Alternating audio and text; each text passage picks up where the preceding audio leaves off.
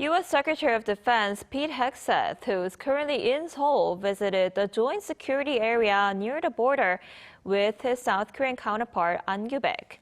The two officials are scheduled to sit down for a meeting today, which is expected to cover plans to build a nuclear-powered submarine and the transfer of wartime operational control.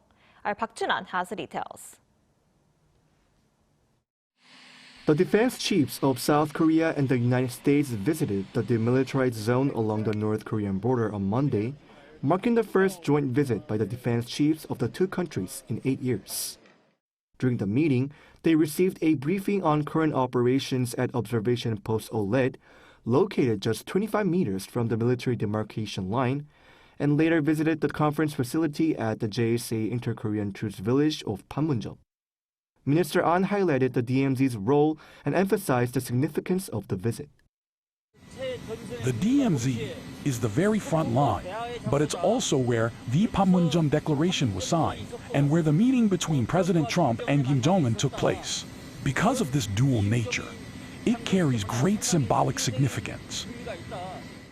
This event set the stage for Tuesday's 57th Security Consultative Meeting, the highest-level South Korea-U.S. defense consultative body for discussing and coordinating major military policies.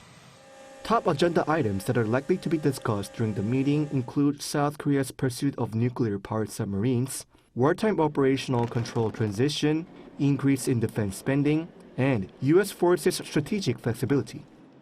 Discussions on nuclear-powered submarines will build upon last week's Gyeongju summit, where President Lee Jae-myung called for the production of nuclear propulsion vessels, and U.S. President Donald Trump gave his approval.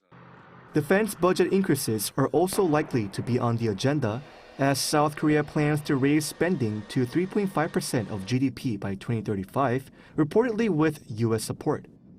Strategic flexibility for U.S. forces in Korea is expected to reaffirm the 2006 joint statement, balancing global roles while respecting Seoul's stance against regional involvement without public consent. At the military committee meeting held earlier, the Joint Chiefs reported meaningful progress on the transfer of operational control and agreed that deterrence should extend beyond the peninsula to regional stability. Today's meeting's outcomes are expected to reaffirm the two countries' partnership amid evolving North Korean threats and Indo-Pacific dynamics. Park Jun-han, ArirangNews.